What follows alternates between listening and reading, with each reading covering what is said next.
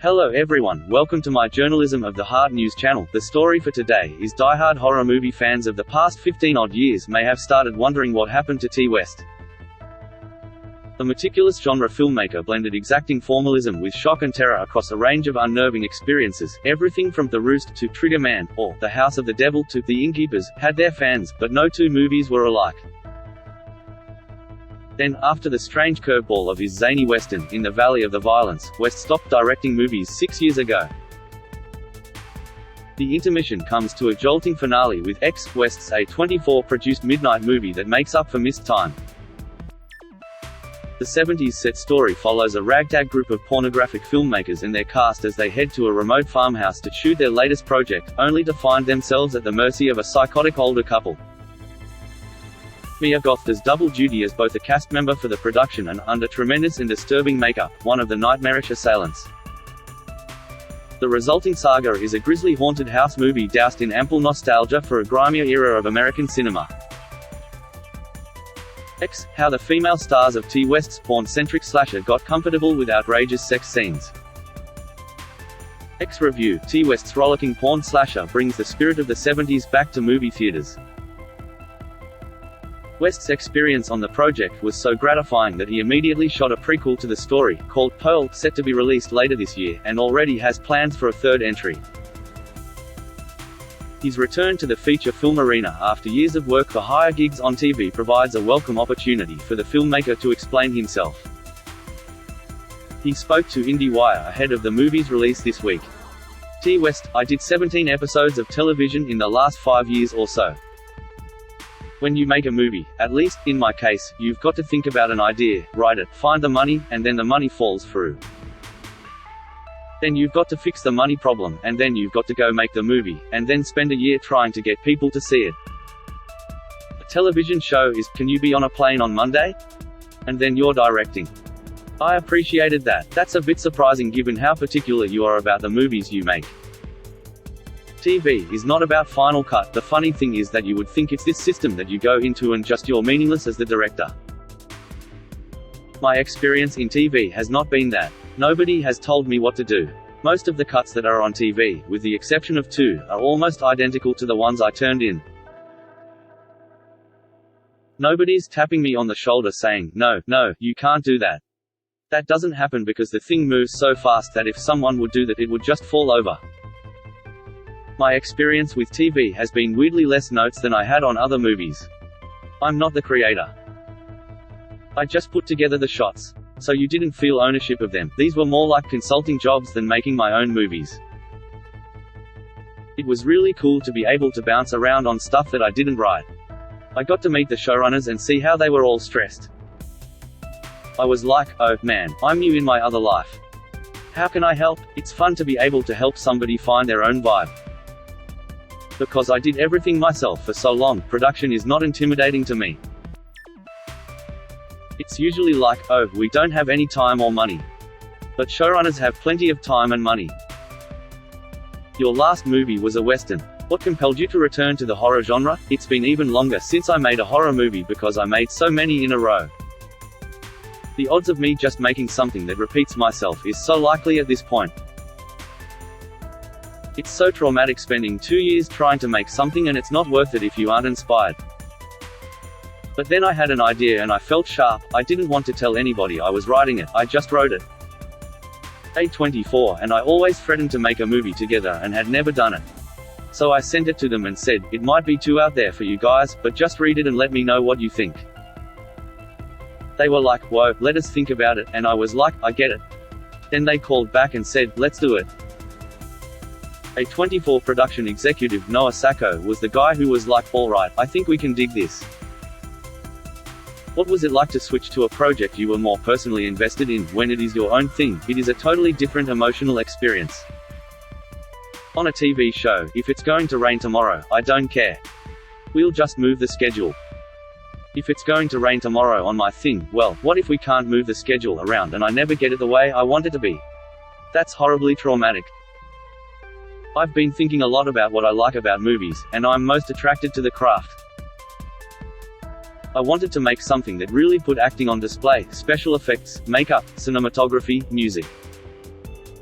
I wanted to do something where all of the crafts of the movie were very apparent charms of the movie. So part of the reason they're making movies in this movie is to get the audience to have a crash course on the clumsiness of what it's like to make a movie. And then hopefully they'll think about what I'm doing in the movie, and they'll be a little bit appreciative of what it's like to make the movie for the people and for me. The movie looks like it was shot on film, but it wasn't, right? The original plan was to shoot on 16mm, but because we made the movie in New Zealand during COVID, it would have been impossible to get dailies within 2 weeks. We shot on the Sony Venice and used these groovy Hawk lenses. I went exhaustively out of my way so that people thought I shot on 16. That's not so much because of nostalgia for the format. Film offers a certain aesthetic that digital is almost there, but not the same. Especially when you make a movie like this, that is part of the charm of it. How difficult was it to create that celluloid feel? We only used older light fixtures. It's a pain in the ass because everybody's used to these lightweight things where you can push a button and change the color rather than using gels.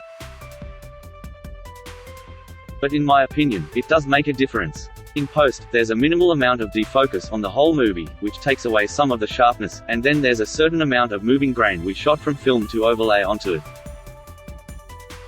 All of that sounds like a ton of work, and it's kind of invisible when you watch the movie, because it's not grindhouse wire or kitschy. It's there to take the edge off the modernness of the technology.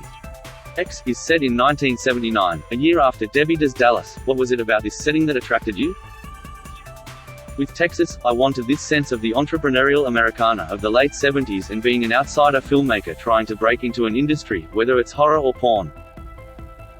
I just wanted to get that sort of entrepreneurial go-getter spirit of it. It just felt like the place to do that. I knew it would be about a bunch of people going to a place to do something. The expectation that it might be like Texas Chainsaw, but it's actually not, amused me. And of course it's an excuse to play around with analog technology.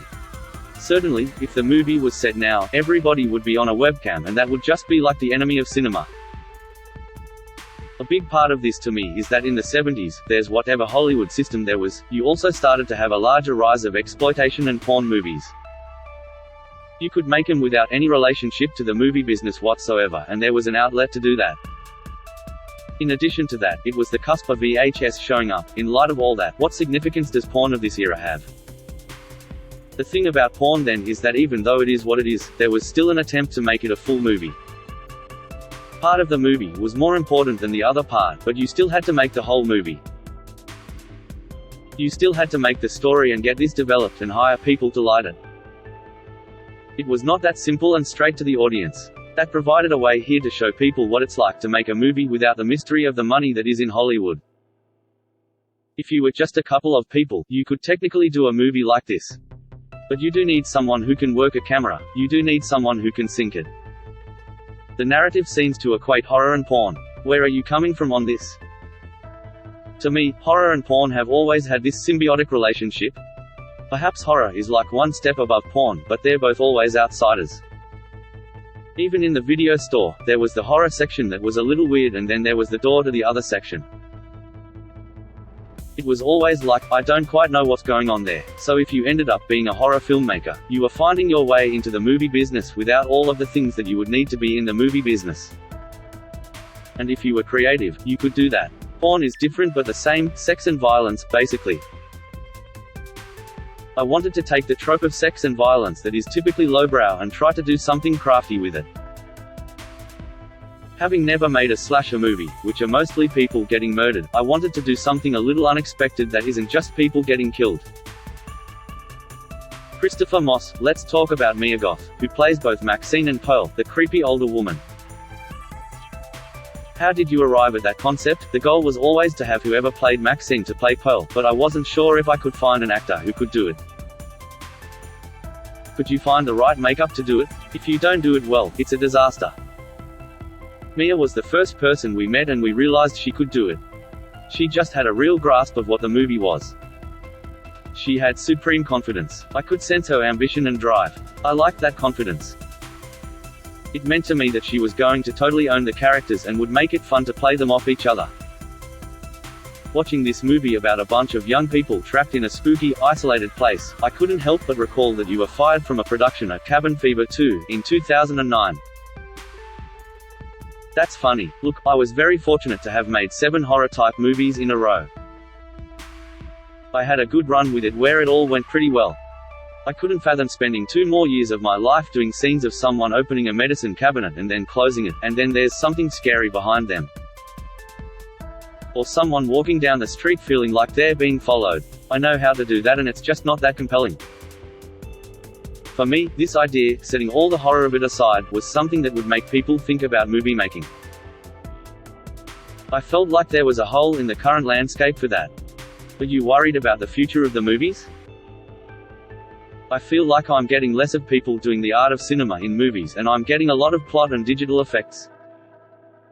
On a whole, when it comes to the landscape in general, it does seem culturally like there's less of a reverence for cinema than there used to be. That's probably because it's been around for so long. We're so inundated with moving images everywhere. I'm intrigued by the end credits of a Jackie Chan movie. Like, yo, he fell off the back of the building. That's crazy. He went out and did that. In this movie, I wanted that kind of surprise on display. Now that you're back to directing movies, have you considered another run at a bigger studio project? I'm sure that if a big corporate opportunity arises that appeals to me, it should exist, but it's not my goal. Nobody's going to come to me with some IP and make me care about it. If someone's like, we're going to do Dracula and you're the guy, I'd be interested because I think I'd make a great Dracula. But most franchises out there aren't that interesting to me. I need to care a lot to be able to deal with the problems that come with making a movie. That is all for today news. Thank you for watching to my channel. Please be sure to leave your comment and subscribe below for